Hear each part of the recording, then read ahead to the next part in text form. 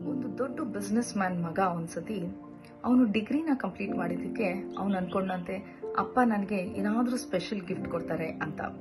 But ಅವ್ರ ತಂದೆ ಅವನಿಗೆ ಭಗವದ್ಗೀತೆನ ಕೈಗೆ ಕೊಟ್ರಂತೆ. ಅವನಿಗೆ ಅದನ್ನ ಭಗವದ್ಗೀತೆ ಪುಸ್ತಕನ ಕೈಯಲ್ಲಿ ನೋಡ್ತಾನೆ ಅವನಿಗೆ ತುಂಬ ಬೇಜಾರಾಗೋಯ್ತಂತೆ. ನನ್ಗೇನು ಇಷ್ಟ ಅನ್ನೋದು ನಮ್ಮಪ್ಪ ಇನ್ನೂ ಯಾವಾಗ ಅರ್ಥ ಮಾಡ್ಕೋತಾರೆ ಅಂತ ನಂಗೆ ಗೊತ್ತಿಲ್ಲ, ಇದನ್ನ ಕೊಡ್ತಾರೆ ನನಗೆ ಅಂತ ಹೇಳಿ ಅವನಿಗೆ ಸಖತ್ ಸಿಟ್ಟು ಬಂದ್ಬಿಡ್ತಂತೆ. ಸೊ ಅವನು ಅವ್ರ ತಂದೆಗೆ ಹೇಳ್ದ, ನೀವು ಯಾವತ್ತೂ ನನಗೇನು ಬೇಕು ಕೊಡ್ಸೇ ಇಲ್ಲ, ಯಾವಾಗಲೂ ನನಗೆ ಸ್ಟ್ರಿಕ್ಟಾಗೇ ಬೆಳೆಸಿದ್ದೀರಾ, ಈಗ ನಾನು ಡಿಗ್ರಿ ಕಂಪ್ಲೀಟ್ ಮಾಡಿದ್ದೀನಿ ಅಂತ ಗತ್ತಲ್ಲಿ ಆಯಿತು ನನ್ನ ಜೀವನ ನಾನೇ ನೋಡ್ಕೋತೀನಿ ಅಂತ ಹೇಳಿ ಹೊರಟೋದಂತೆ.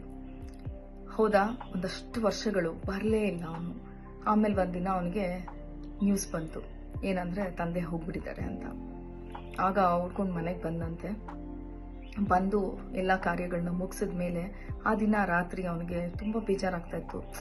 ನಮ್ಮ ತಂದೆನ ನಾನು ಅವರಿದ್ದಾಗ ನಾನು ಬರಲೇ ಇಲ್ವಲ್ಲ ನೋಡೋದಕ್ಕೆ ಅಂತ ಅವತ್ತು ಅವನಿಗೆ ತುಂಬ ಕಾಡೋದಕ್ಕೆ ಸ್ಟಾರ್ಟ್ ಆಯಿತು. ಸೊ ಅವ್ರ ತಂದೆನ ನೆನೆಸ್ಕೊಂಡು ತಂದೆ ರೂಮ್ಗೆ ಹೋದನಂತೆ. ಹೋದಾಗ ಅವನ ಕಣ್ಣಿಗೆ ಮತ್ತೆ ಆ ಪುಸ್ತಕ ಕಣ್ಣಿಗೆ ಕಾಣಿಸ್ತು, ಭಗವದ್ಗೀತೆ ಪುಸ್ತಕ. ಅದನ್ನು ಅವನ ಕೈಗೆ ತಗೊಂಡಂತೆ. ತಗೊಂಡಿದ ತಕ್ಷಣನೇ ಒಳಗಡೆ ಒಂದು ಪೇಪರಿಂಗ್ ಓಪನ್ ಮಾಡ್ತಾನೆ ಏನೋ ಕೆಳಗಡೆ ಬಿತ್ತು. ಏನಾಯ್ತಪ್ಪ ಇದು ಸೌಂಡ್ ಅಂತ ಹಿಂಗೆ ನೋಡೋದ್ರೊಳಗಡೆ ಅದು ಫೆರಾರಿ ಕಾರ್ದು ಚಾವಿ ಆಗಿತ್ತಂತೆ. ಆ ಕೀನ ನೋಡಿದ ತಕ್ಷಣ ಅವನ ಕಣ್ಣಲ್ಲಿ ಇನ್ನಷ್ಟು ನೀರು ಬರೋದಕ್ಕೆ ಸ್ಟಾರ್ಟ್ ಆಯಿತು. ಓಡ್ ಹೋಗಿ ಅವನು ಗರಾಜಲ್ಲಿ ನೋಡಿದ್ರೆ brand new Ferrari car ನಿಂತಿತ್ತಂತೆ.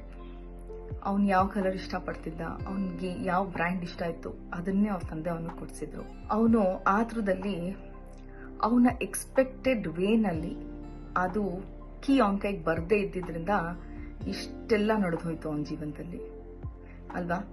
So ಹೀಗೇನೆ ನಮ್ಮ ಜೀವನದಲ್ಲೂ ನಾವು ಎಷ್ಟೋ ಸತಿ ಏನಾಗ್ಬಿಡುತ್ತೆ ಅಂದರೆ ನಮ್ಮ ಎಕ್ಸ್ಪೆಕ್ಟೇಷನ್ಸ್ ಇಂದ, ಸೊ ಅವನಿಗೂ ಅಷ್ಟೇ ಅವನ ಎಕ್ಸ್ಪೆಕ್ಟೇಷನ್ ಏನಿತ್ತೋ ಆ ಥರ ವೇನಲ್ಲಿ ಅದು ಬರಲಿಲ್ಲ ಅನ್ನೋದು ಒಂದೇ ಕಾರಣಕ್ಕೆ ಅದು ಬಂದಿದ್ರೂ ಅವನು ಅದನ್ನು ನೋಡಲಿಕ್ಕೆ ಆಗಲಿಲ್ಲ. ನಾವು ಹಾಗೆ ಎಷ್ಟೋ ಸತಿ ನಾವು ಎಕ್ಸ್ಪೆಕ್ಟ್ ಮಾಡಿಬಿಡ್ತೀವಿ. ನಮ್ಮ ಒಂದು ಎಕ್ಸ್ಪೆಕ್ಟೇಷನ್ ಇಂದ ಏನಾಗುತ್ತೆ ಅಂದರೆ ಗೊಂದಲ ಉಂಟಾಗೋದು ನಮಗೇನೆ. ಎಕ್ಸ್ಪೆಕ್ಟೇಷನ್ ಅನ್ನೋದು ನಮಗೆ ಡಿಸಪಾಯಿಂಟ್ಮೆಂಟ್ ತಂದ್ಬಿಡುತ್ತೆ. ಸೊ ಅವಾಗ disappointment is one of the negative feeling. So ಈ ನೆಗೆಟಿವ್ ಫೀಲಿಂಗ್ ನಮಗೆ ನೆಗೆಟಿವ್ ಮೈಂಡ್ ಸೆಟ್ಗೆ ಕಾರಣ ಆಗುತ್ತೆ.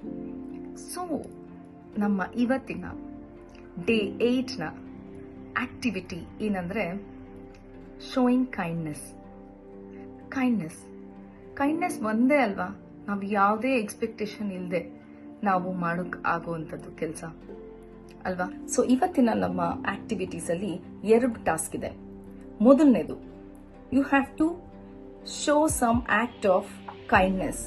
ಯಾರಿಗೆ ರಿಕ್ವೈರ್ಮೆಂಟ್ ಇದೆಯೋ, ಪ್ರಾಣಿ ಪಕ್ಷಿಗಳಿಗಾಗಿರ್ಬೋದು, ಎಷ್ಟೋ ಸತಿ ನೀರಿಲ್ಲದೆ ಊಟ ಇಲ್ಲದೆ ಅದು ಕಷ್ಟಪಡ್ತಾ ಇರುತ್ತೆ. ಸೊ ನೀವು ಸಹಾಯನ ನೀಡಬಹುದು.